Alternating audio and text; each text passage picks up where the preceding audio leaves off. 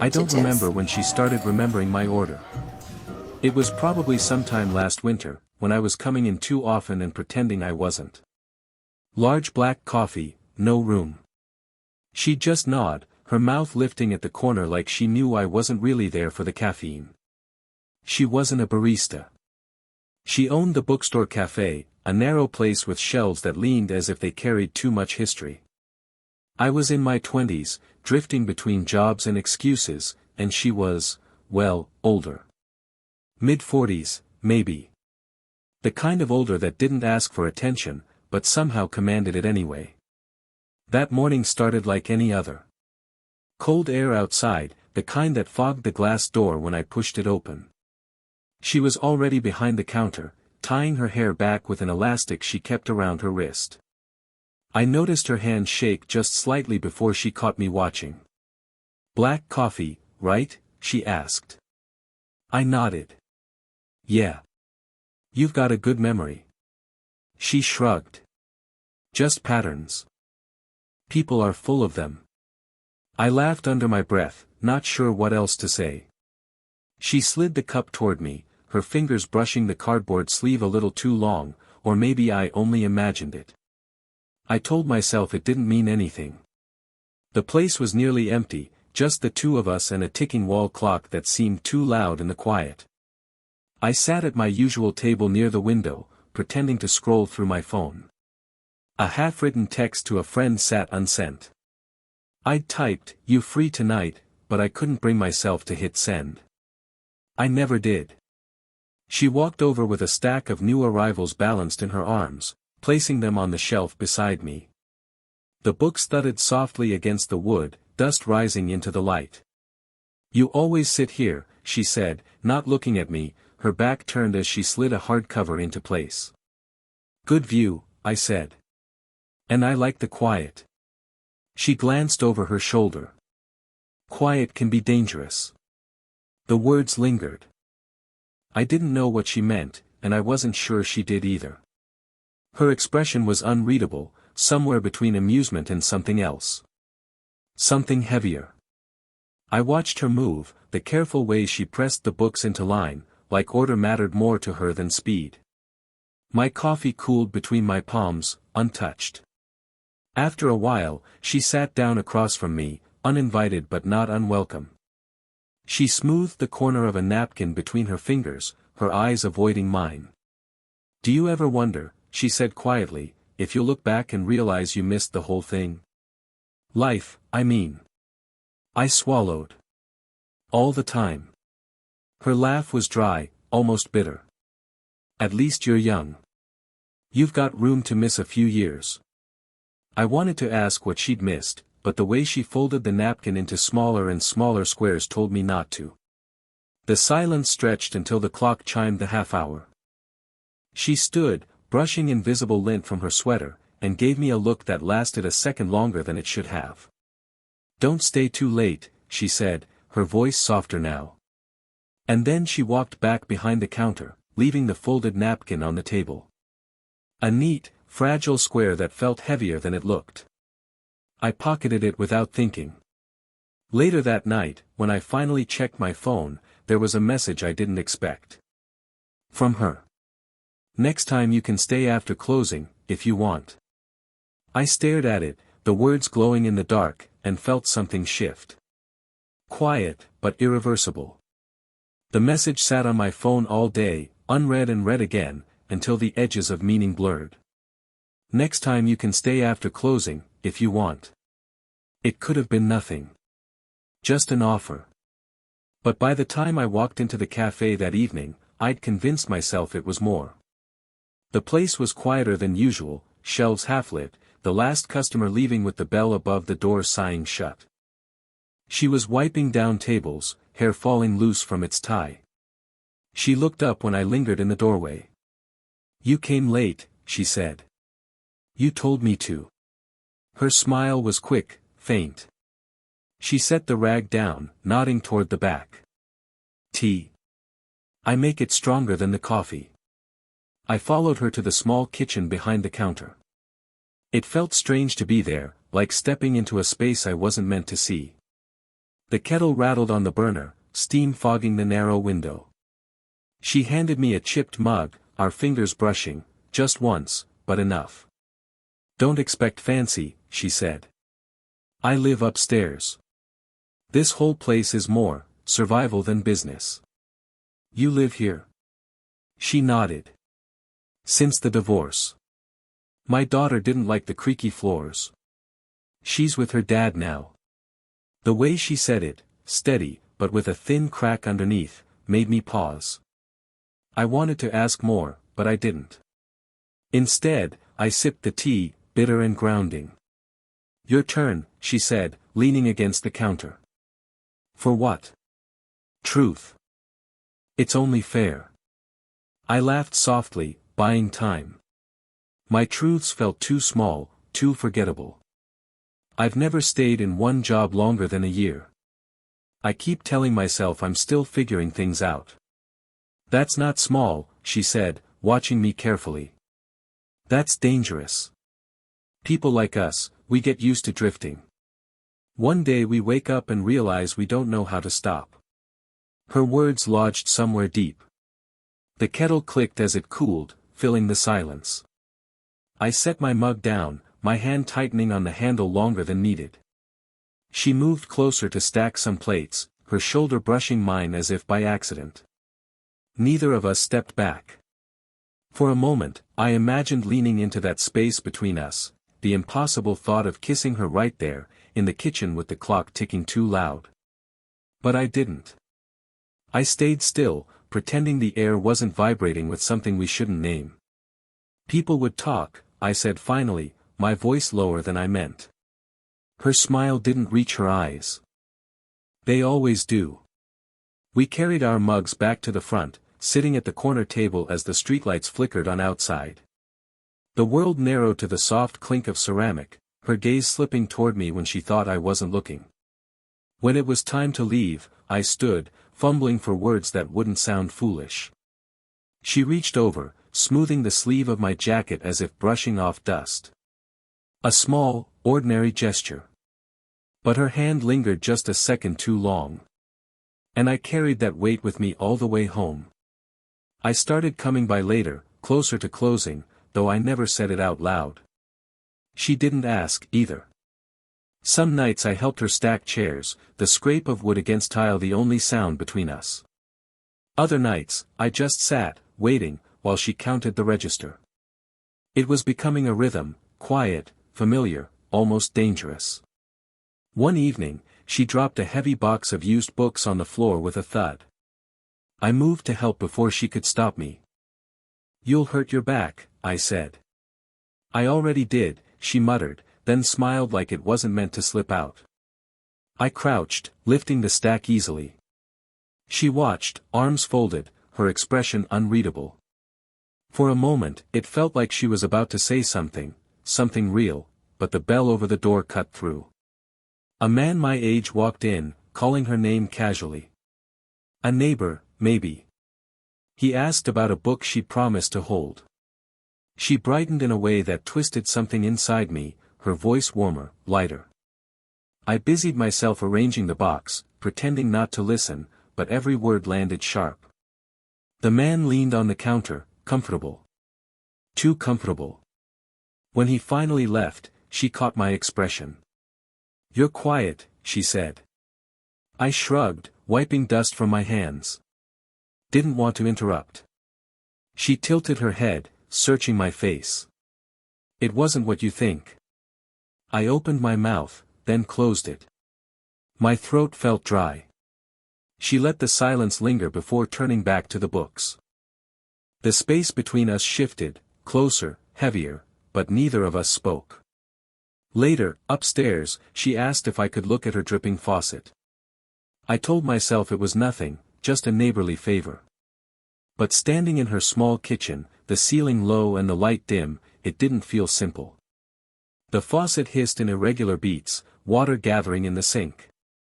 I bent under the counter, tools clattering softly, while she stood too close behind me, her presence louder than the dripping. You don't have to, she said quietly.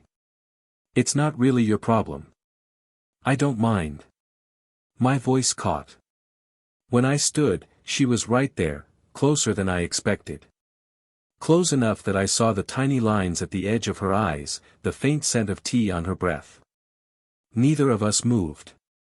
I thought, if I leaned forward, just slightly. Her hand lifted, hovering near my arm, but stopped short. A pause stretched long enough to feel like an answer. Then she stepped back, clearing her throat, reaching for the kettle. "Tea?" she asked, too brightly. I nodded, even though the air between us was still trembling. We sat at the small table, steam rising between us, cups untouched. Her gaze flicked toward my mouth once, quick, then away. I nearly said it. Nearly leaned across the table.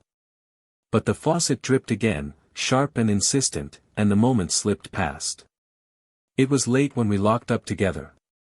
The street was empty, the kind of quiet where even our footsteps felt too loud. She pulled her scarf tighter against the cold, and for once, I walked beside her instead of lingering behind. We ended up at the small park across from the cafe.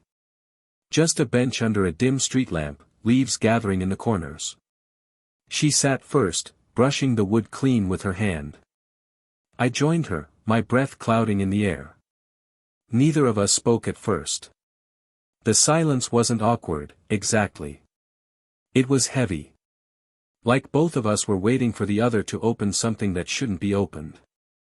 Finally, she exhaled sharply, almost a laugh. "You shouldn't be here this much. People notice." I looked at her, but she kept her eyes fixed on the ground. "Do you care what they notice?" She hesitated.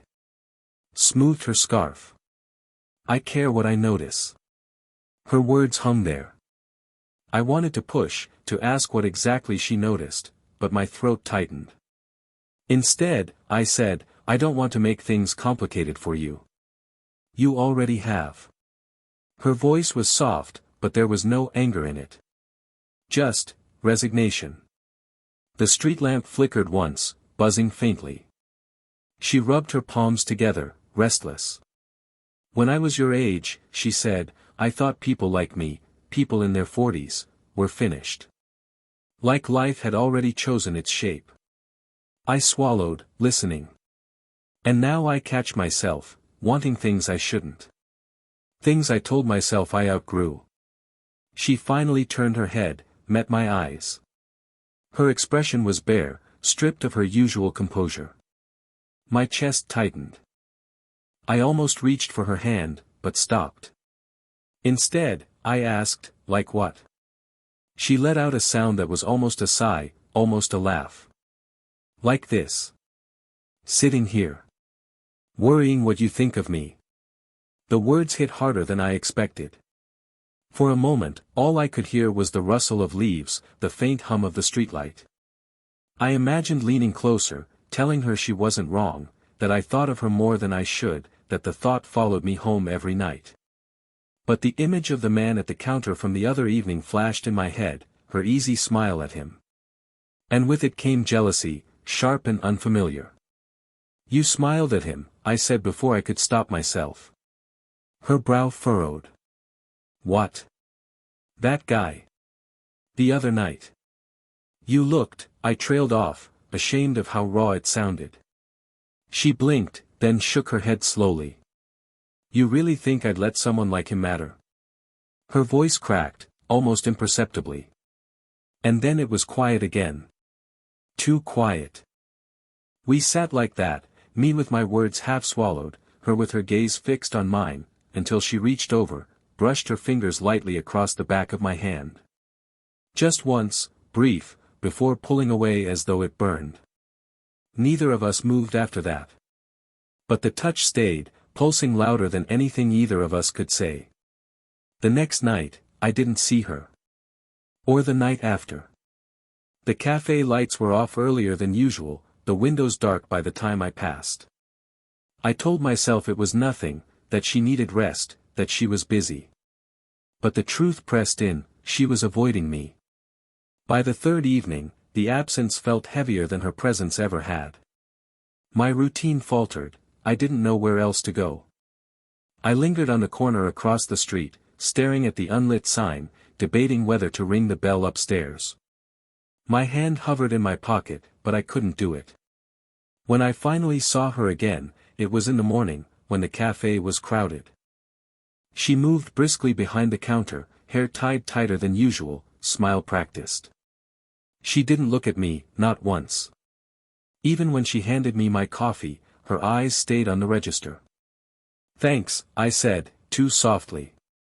"Of course," she replied, already turning to the next customer. I sat down, but the table felt foreign now.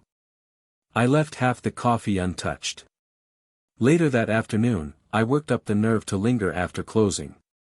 She noticed me this time, finally, her expression unreadable.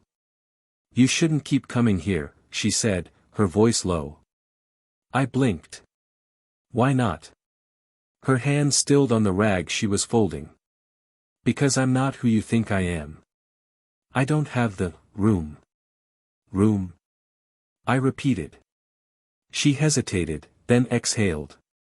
"I told you my daughter's with her dad." "That's only half true.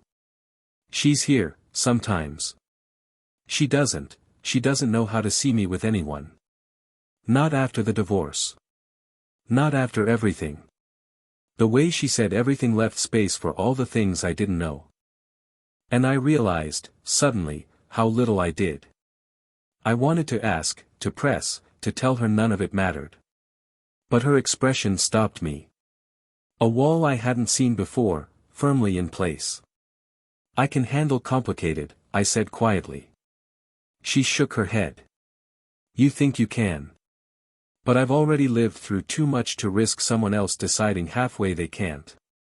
Her words settled sharp between us.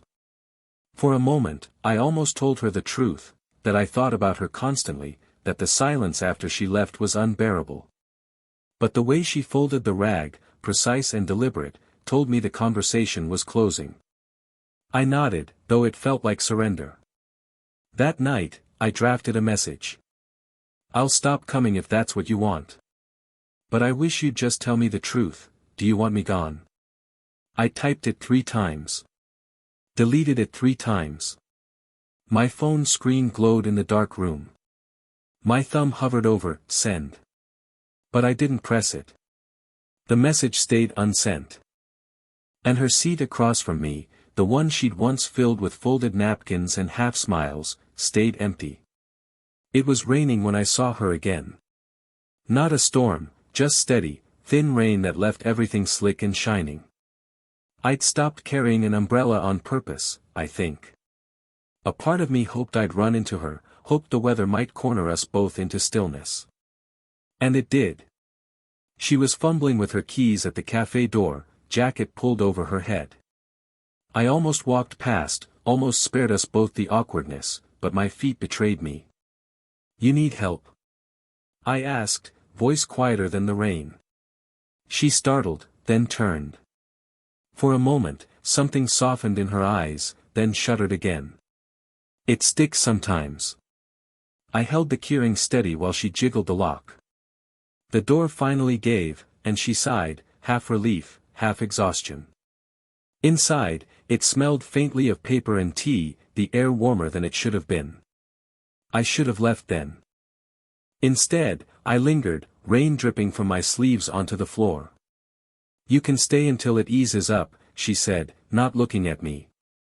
We ended up in the kitchen again, the faucet still dripping. She made tea without asking, sliding the mug across the counter. Her hands shook slightly when she set it down. Neither of us touched our cups. Finally, I said, "You've been different." She froze, her back to me.